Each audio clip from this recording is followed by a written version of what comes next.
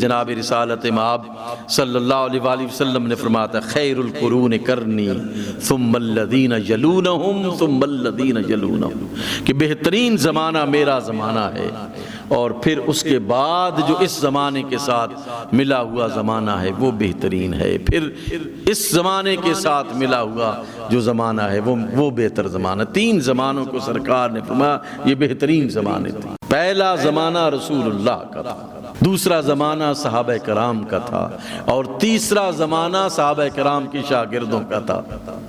یہ بہترین زمانے سرکار نے قرار دیے۔ اس کے بعد پھر کیا تھا؟ اسلام کا ڈھانچہ رہ گیا اور روح جو ہے وہ نکل گئی۔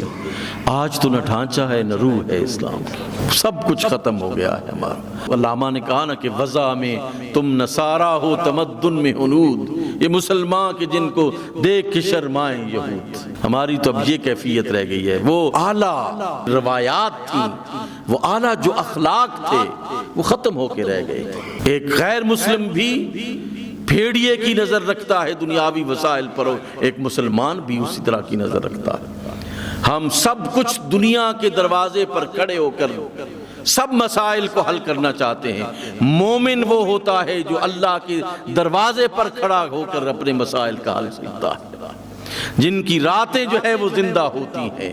امام زین العابدین رات کی پہنائیوں میں اللہ کے دربار میں کھڑے ہو کر کہتے تھے، دعا مانگتے تھے، وضو کیا، مصلے پر کھڑے ہوئے فرماتے مسکینوں کا علی بابک یا اللہ، فقیروں کا علی بابک یا اللہ۔ اے مولا تیرا مسکین تیرے دروازے پر کھڑا ہے، تیرا فقیر تیرے دروازے پر کھڑا ہے۔ آج ہے ہم میں سے کوئی جو ایسی پکاریں واللہ کو بلائے؟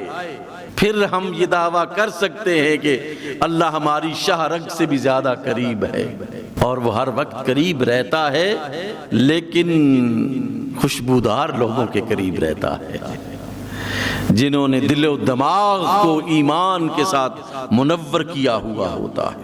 ہم یہاں ہوتے ہیں تو ہماری گفتگو کا انداز اور ہوتا ہے، ہم ادھر ہوتے ہیں تو ہماری گفتگو کا انداز اور ہوتا ہے۔ ہم ایک کو ملتے ہیں تو ایک بات کرتے ہیں، دوسرے کو ملتے ہیں تو دوسری بات کرتے ہیں۔ 4 بندوں کو ہم ملتے ہیں تو 4 بندوں کے ساتھ ہم الگ الگ باتیں کرتے ہیں، اور اس کو ہم فن سمجھتے ہیں، اس کو ہم مہارت سمجھتے ہیں۔ بڑا ماہر ہے جی، بڑا کنونسنگ پار ہے اس کی، ایک بات یہاں پہ کرے گا، دوسری بات یہاں پہ کرے گا، تیسری ادھر کرے گا، چوتھی ادھر کرے گا۔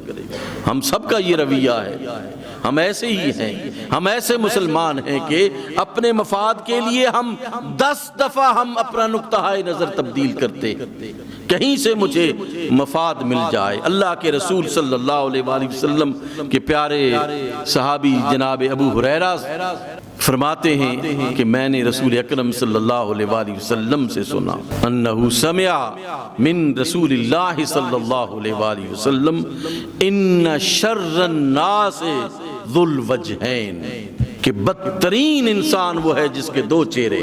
آپ صلی اللہ علیہ وآلہ وسلم نے فرمایا ان شر الناس ذو الوجہین، کہ بدترین شخص لوگوں میں بدترین شخص وہ ہے جس کے 2 چہرے ہوتے ہیں۔ کیسے 2 چہرے ہوتے ہیں؟ آپ نے خود ہی وضاحت فرماتی، آپ نے فرمایا الذی یأتی ہؤلاء و یأتی بہؤلاء، کہ ایک چہرے کے ساتھ ادھر آتا ہے، دوسرے چہرے کے ساتھ ادھر آتا ہے۔ ایک چہرے کے ساتھ وہ ایک گفتگو کرتا ہے، دوسرے چہرے کے ساتھ دوسری گفتگو کرتا ہے۔ مطلب چہرہ تو ایک ہی ہوتا ہے لیکن اس زبان سے نکلنے والی گفتگو ادھر اور ہے، ادھر اور ہے۔ یہ فرمایا ذو الوجہین ہے وہ شخص، 2 چہروں والا ہے، شر الناس ہے۔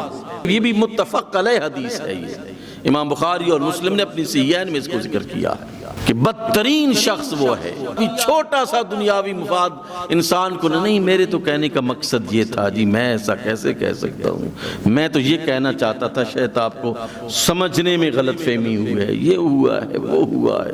کتنی باتیں ہم بناتے ہیں صرف چھوٹے سے دنیاوی مفاد کے لیے، چھوٹے سے دنیاوی مفاد کے لیے۔